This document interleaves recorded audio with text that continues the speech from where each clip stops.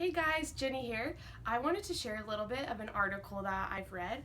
It's called Salliance and Mercies, Moroni's Final Exhortations in Moroni 10, and it's by James E. Falconer, and it was published in the Neil A. Maxwell Institute in 2013.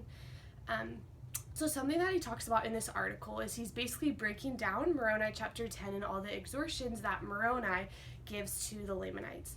And he asks us to read it with open eyes and to not look at and think about all the things that we've learned growing up when reading it, but to look at it with open eyes and an open heart and to really let the words speak to us. And something that he points out in the beginning that is really interesting is the charity that Moroni has for writing to the Lamanites and the future people of the Lamanites, because Moroni is a Nephite, and we know that those two groups of people are mortal enemies, and that the Nephites have all just been destroyed off the face of the earth except for Moroni. And here he is writing to his mortal enemies, essentially, giving them counsel and advice and wisdom. And Falconer really points out the charity that he has, and next to the Savior, behind the Savior, he might be one of the most charitable examples for us to follow. And I was thinking about it like this. We always talk so much about ISIS and everything that's going on. And so imagine ISIS, this group of people, destroying all of us, leaving only one person, and the prophet, and that prophet then writes to ISIS and the future generations of ISIS all of these wisdoms and teachings of God. That is miraculous, and that is a big heart that he has. And so in this article, Falconer goes on and he explains so many of the exhortations or the strongly urges that Moroni gives to these people. But one that I want to focus on that I thought was interesting is in verse 8. Moroni writes, "And again I exhort you, my brethren, that ye deny not the gifts of God, for there are many, and they come from the same God."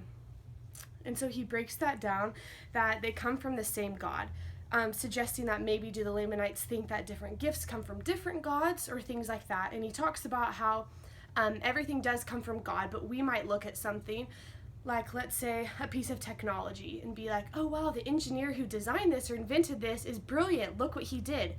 Or are we giving all the credit back to God, that this is a child of God, that God is blessed to make something for us? Same with the doctor in surgery. If he's doing a really intricate surgery that is special, are we giving all the credit to him as an amazing doctor, or are we giving it back to God?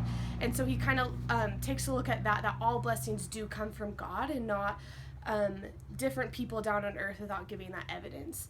And this is just one example of what Falconer talks about, but I just want to show you this book that I know that it's true.